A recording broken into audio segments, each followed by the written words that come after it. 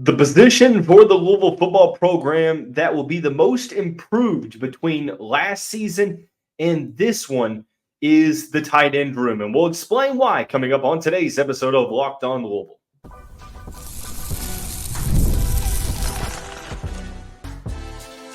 You are Locked On Louisville, your daily podcast on the Louisville Cardinals. Part of the Locked On Podcast Network, your team every day. Card Nation, what is going on? Welcome into this Tuesday edition of the Locked On Louisville podcast. I'm your host, Dalton Pence. Today's episode brought to you by Gametime. Download the Gametime app, create an account, use the code LOCKEDONCollege for $20 off of your first purchase. Terms apply. Excuse me. And I always want to personally thank you all for making us your first listen of the day. Just a reminder, Locked On Louisville, free and available on all streaming services, 5 days a week, your team every day.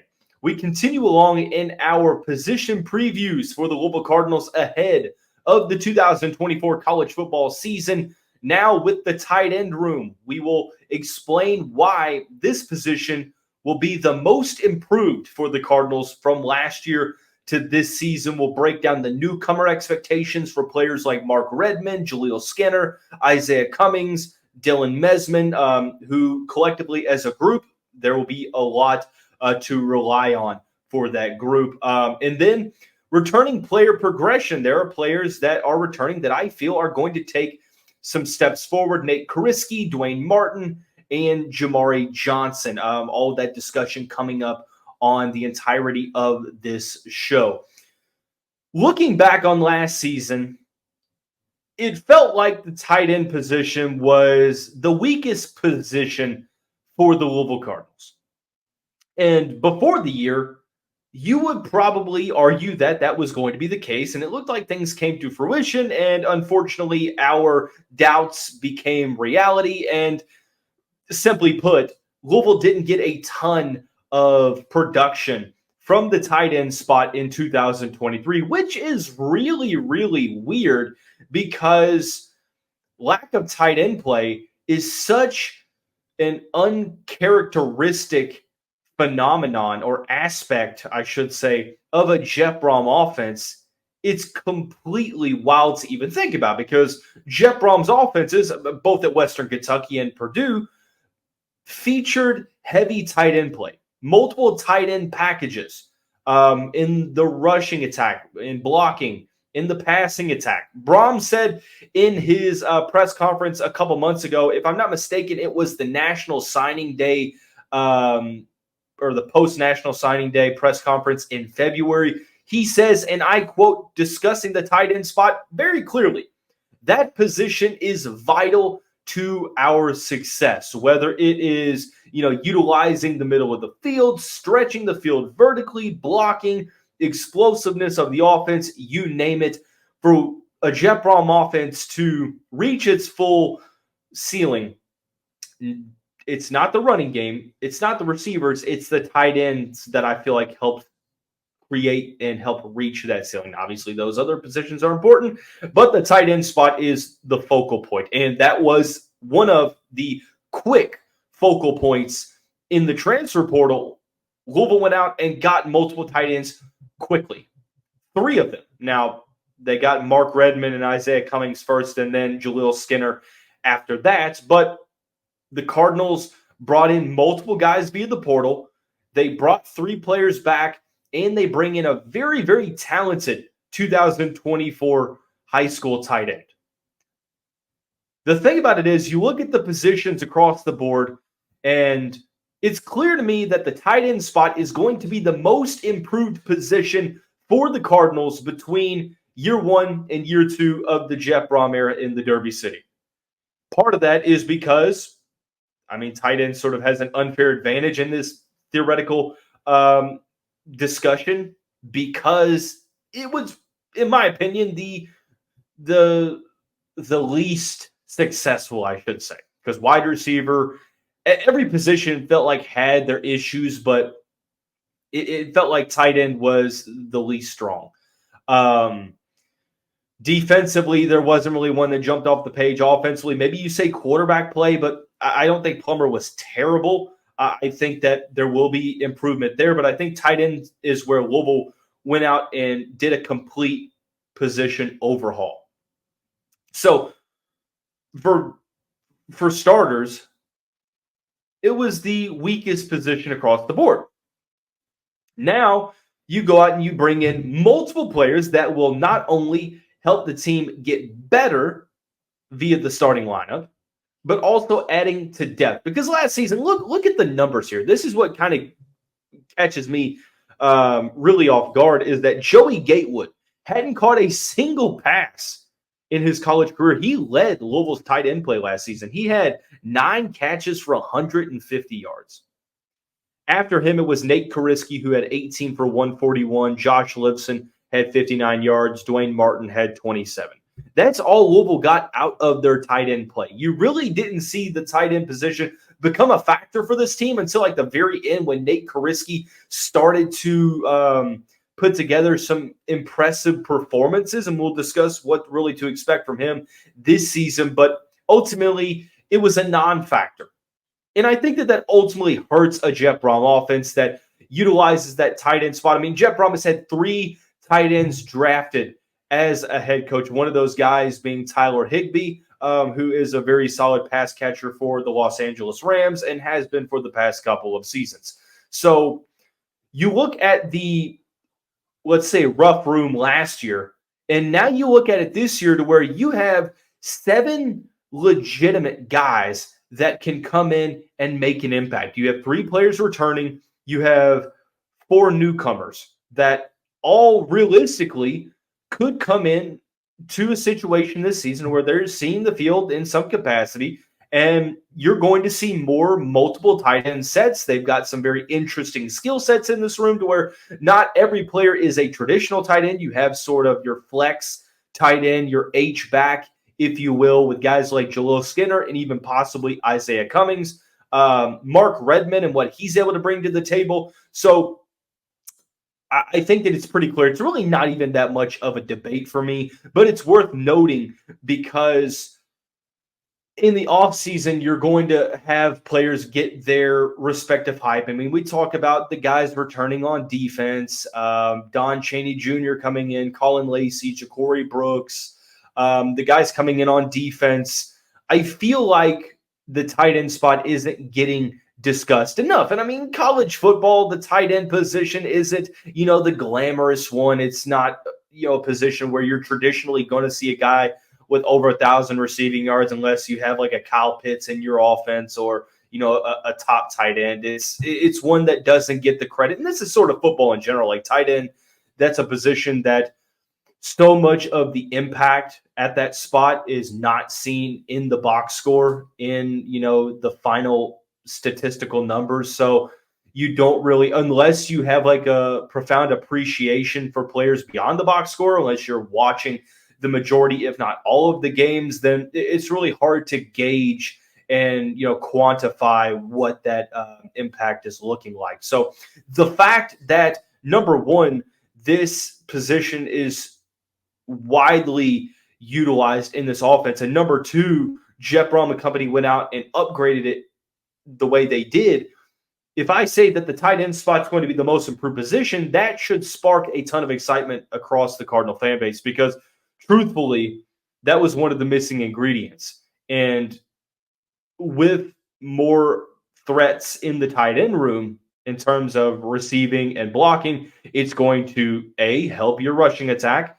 B, it's going to open up more opportunities for your receivers because there's going to be more of a presence coming out of the backfield to where teams can't just, sit at the line of scrimmage and rush 3 and drop everyone else. If you can have a tight end that's able to get in between the linebacker and the safety and keep defenses honest, then you can do so much more than you saw this Louisville offense do last season. It felt like the team was sort of hamstrung with, some of the issues that they had at quarterback, at tight end, injuries, you name it. So the tight end spot is the most improved position, not only because they completely upgraded the room and they got better players into the room, but they also addressed depth. They went from, okay, who's going to be able to step up to now how are we going to keep all of these players off the field? Like iron sharpens iron, as the old saying goes, and we're going to see some really interesting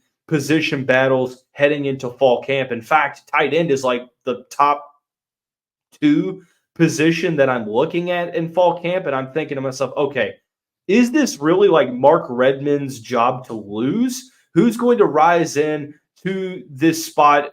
How is Jeff Brohm going to utilize some of these players? And we're going to try to answer that a little bit more here in the next segment when we discuss what to expect from the newcomers, Mark Redman, Jaleel Skinner, Izayah Cummings from the transfer portal, Dylan Mesman from the high school class, and we'll do that after the break.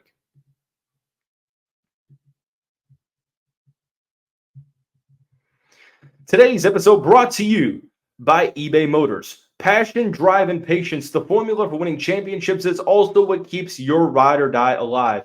eBay Motors has everything you need to maintain your vehicle and level it up to peak performance. Superchargers, roof racks, exhaust kits, LED headlights, and more. Whether you're into speed, power, or style, eBay Motors has you covered. With over 122 million parts for your number one ride or die, you'll always find exactly what you're looking for. And with eBay's Guaranteed Fit, your part's guaranteed to fit your ride every time, or you get your money back. Because with eBay Motors, look, you're burning rubber, not cash. With all the parts you need, the prices you want, it's easy to make your car the MVP and bring home huge wins. Keep your ride or die alive at ebaymotors.com.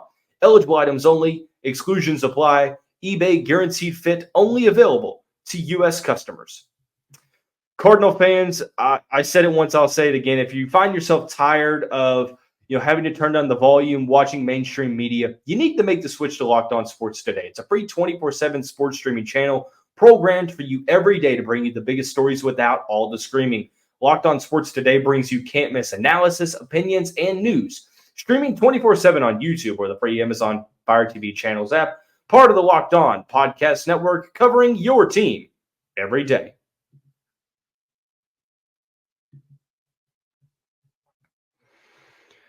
Into the second segment of this Tuesday edition of the Locked On Louisville podcast. Thanks again for making us your first listen every day. We start to dive into discussing what expectations are for some of the newcomers. Yes, this room is better on paper, but what does that mean? Why is it better? Who's Louisville bringing in, and how are those players going to affect the field? How are these players going to play into what Jeff Brohm does? Well, that is a huge question to ask because there are 4 newcomers to talk about, 3 from the portal, 1 from the high school ranks. The first one is the quote-unquote starter at the moment. That is Mark Redman. Redman transferred to San Diego State a couple seasons ago, played 2 seasons with the Aztecs. The 6'6", 255-pound native of Newport Beach, California, was a back-to-back All-Mountain West second-team selection. He was one of the best tight ends, not only in the conference, but the country as well. This past season had a record year, 38 catches, 408 yards, and 3 touchdowns for San Diego State, which led the Aztecs in all 3 categories, which I thought was very, very interesting. Not only is he a solid blocker, he has the frame that's going to be able to compete in the ACC, and he is a very good pass catcher for his role. He will be one of the best tight ends in the conference. And by default, I think he is a clear upgrade to what Louisville had last season. No disrespect to what they had, but Mark Redman was one of the best tight ends in the transfer portal. So inevitably, when you go out to the portal and you get a player that's going to upgrade your team, you get a player that is one of the better players at his position in the portal, it's going to be a clear upgrade. So I think you're going to see Redman become Tyler Shuck's go-to quote-unquote security blanket, like the tight end position sort of plays that role. I think that Redman could be that third down security blanket for Tyler Shuck. I think that he is going to be factored into the plans, both blocking and receiving. He's going to play the majority of the snaps at tight end, sort of a late enrollee. I do think he's going to be the go-to guy at the spot. Last year of college eligibility for him, and I think that he does everything that Brohm is looking for at the spot. Stretching the field vertically, getting in between the safeties and the linebackers, blocking, having that next-level explosiveness for his size. It's a solid addition, and it makes Louisville have one of the best tight ends in the ACC. The next two players from the transfer portal, very interesting situations because it's sort of a prove-it type move for both parties. The first one is Jaleel Skinner from Miami, who this past season had 1 catch for 9 yards. The year before that looked like he was going to be a huge player in the ACC. Freshman, he was 9 catches for 129 and a touchdown. Top 100 recruit in the class, originally committed to Alabama, flipped his commitment to Miami.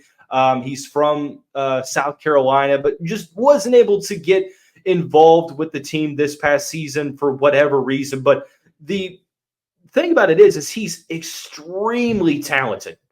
6'5", 225 pounds. You're operating on the assumption that Jeff Brohm is banking on talent and development here, which he's shown that he is okay with doing so if he believes that a player is talented enough that he can develop. I don't think that Skinner is going to be your traditional tight end. I think that he's going to be featured in multiple tight end packages, maybe even as a jumbo wide receiver, the H-back, if you will. Maybe utilize the way that Scott Satterfield utilized Marshawn Ford, sometimes out of the backfield, screens to the outside, down the field. I'm really interested. This is the situation that I'm looking for to see how Jaleel Skinner is going to be used, but I think that he has the skill set, the rare blend of side, natural talent, and speed mixed with that strength that he has. If he's able to become a better blocker, he's going to see the field more, but I think you're going to see special situations where he's going to see the field a good amount this year. And not to mention, he has multiple years of eligibility remaining. So if he doesn't see the majority of snaps this season, fear not, because he does have multiple seasons left. However, the next player we're talking about, Izayah Cummings, former Kentucky tight end from Louisville Male High School. Shout out to the Bulldogs, a very fine high school that a certain podcast host on the Locked On Podcast Network went to, if I might add. But nonetheless, Cummings has 1 year of eligibility remaining, and he has sort of a weird college career. Started out at wide receiver. That's pretty much why he chose Kentucky over Louisville, is because Kentucky told him he played wide receiver. Louisville wanted him as a tight end. He made the switch to tight end later on in his career, and 2020 didn't have a catch. 2022 didn't have a catch. 2021, he broke out onto the scene, 14 for 195 and 3 touchdowns.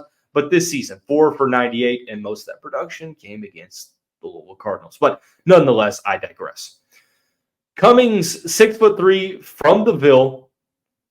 It's another situation where you're banking on a change of scenery, working out for the better in his favor. I'm in the group of thinking that when it comes to certain positions of scouting, I'm not going to really question Jeff Brohm because he's obviously turned players that, like Joey Gatewood, didn't have a single catch, and he played a very significant role for Louisville down the stretch. So if Jeff Brohm looks at Izayah Cummings and thinks, yeah, he can do some good things for this offense and I can utilize his skill set, then by all means, I'm not going to question that. Same with quarterback recruiting, wide receiver recruiting, you name it. So Jeff Brohm knows a little bit more than Dalton Pence on offense. I know. Shocker, but ultimately it is what it is. But no, I think that Cummings is an underrated blocker. Is going to play sort of that flex tight end role as well. 6'4", 235, probably a better blocker than Skinner at this point. But ultimately, excuse me, this is a situation to where you're banking on that natural talent being able to shine through, and maybe the change of scenery, the opportunity to make his mark on the hometown university, last collegiate season of eligibility, all things kind of playing into each other. Kentucky's had some great tight ends that he's played behind too. So we'll see exactly what happens. Could be a factor in goal line play in the red zone with that large frame, but I believe Cummings can make an impact for the Cardinals. One player that I think is going to be a guy for the future is the only freshman on this team. That is Dylan Mesman. Mesman was one of the top tight ends in the country, ranked inside of, the top 30 in the position, top 500 in the class, 431 to be exact, according to the 24/7 Sports Composite, 6'5" tight end from Michigan. had offers from Auburn, Boston College, you name it, two-sport athlete in high school. Moves really, really well for his size. I think the potential is there and the talent. He's very, very talented. Might be one of the better tight ends on the team in terms of talent. However, with him being a true freshman, with the guys ahead of him, I think that he is a prime redshirt candidate, and that is okay. He might play a couple games in which Louisville has blowouts early on, and that's completely fine, and I'm okay with that as long as they don't burn the red shirt. But unless he comes into fall camp and just completely blows everyone away and is in line to be in the two deep, I think that Dylan Mesman is a redshirt candidate like the majority of the freshmen are on this team, and that is okay. Nothing wrong with that whatsoever. It's just more so an indication and a testament to how well Jeff Brohm completely overhauled this position in the offseason. So for newcomers that could all very well play key roles for this team outside of maybe the last one, but make no mistake about it, as much as the newcomers are going to demand the snaps on the field, there are three returning guys that I could definitely see making some key progression in the offseason, which I've heard that they have done, and could factor into the equation next season for the Cardinals. Those guys are Nate Kurisky, Jamari Johnson, and Duane Martin. What are the roles looking like in 2024? We'll discuss here coming up in the next segment.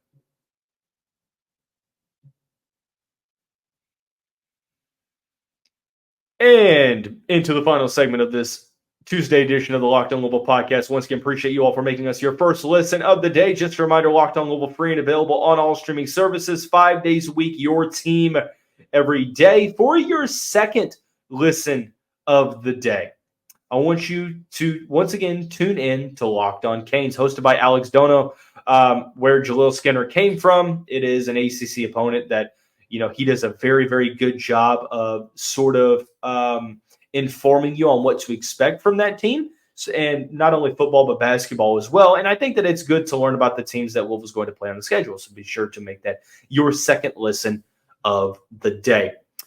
But to conclude the show, there are three players that Louisville is returning at the position: Nate Kurisky, Jamari Johnson, and Duane Martin.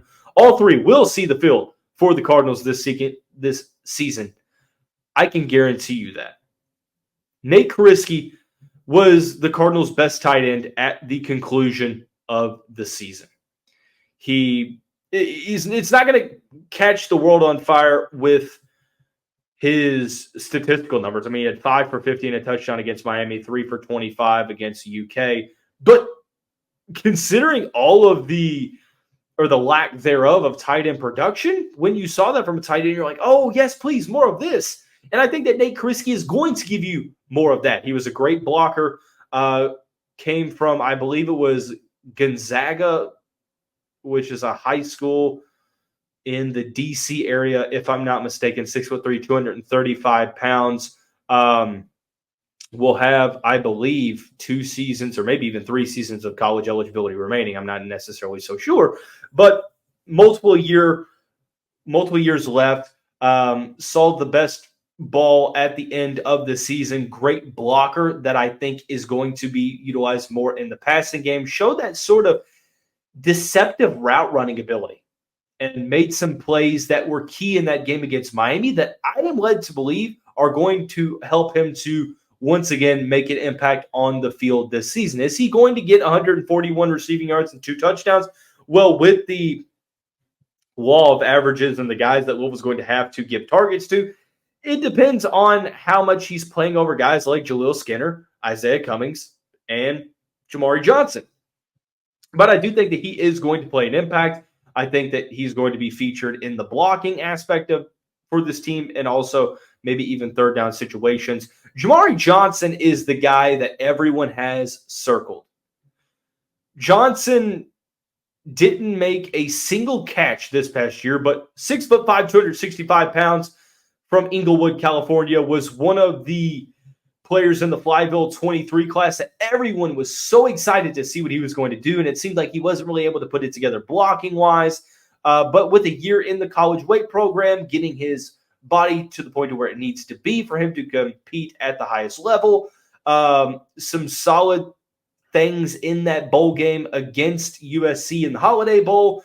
The coaching staff and sources from the program that have talked good about his offseason. I think that Jamari Johnson is going to be more of the player that we expected him to be. I'm not sure if this is like his breakout season. I think that that's probably slated for 2025, but you're going to see a rise in production for him because I think that if you don't, you might lose him to the transfer portal. Now, if he's not good enough to play for Louisville, then you don't like have to force feed the targets there or, force him to be on the field because you don't want to lose him.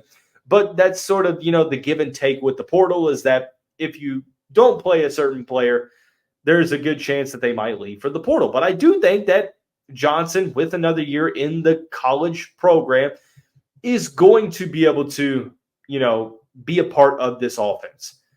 Could it be a jumbo wide receiver? I'm probably not so sure. I don't think it's probably a jumbo wide receiver situation. I think it's more so they're looking for him to be your traditional tight end. And, at the very least, maybe try to fulfill that Marshawn Ford role, depending on, what the frame is looking like. He's going to be one of the top 5 players that I'm watching in fall camp to see exactly what he's going to look like ahead of this season because this is a huge year for him. Unfortunately for Jamari, there are more obstacles in terms of guys on the possible depth chart that could be ahead of you, so you have to fight for that spot. And the last guy we'll talk about is Duane Martin, who probably is pound for pound the best blocker at the position. Only had 2 catches for 27 yards. And look, the 6'2" native of Lawrence, South Carolina, 260 pounds, really isn't going to be, a premier pass catcher. Probably utilized, I would go as far as saying the vast majority is going to be blocking in the run game. This is where the multiple tight end packages are going to play out well. If you have Duane Martin being able to block, and then guys like Redman, Skinner, Cummings, Kurisky, Johnson, you name it, being able to be more receiving tight ends, then you open up a ton of opportunity there. So I think Mark Redman's going to be your number 1.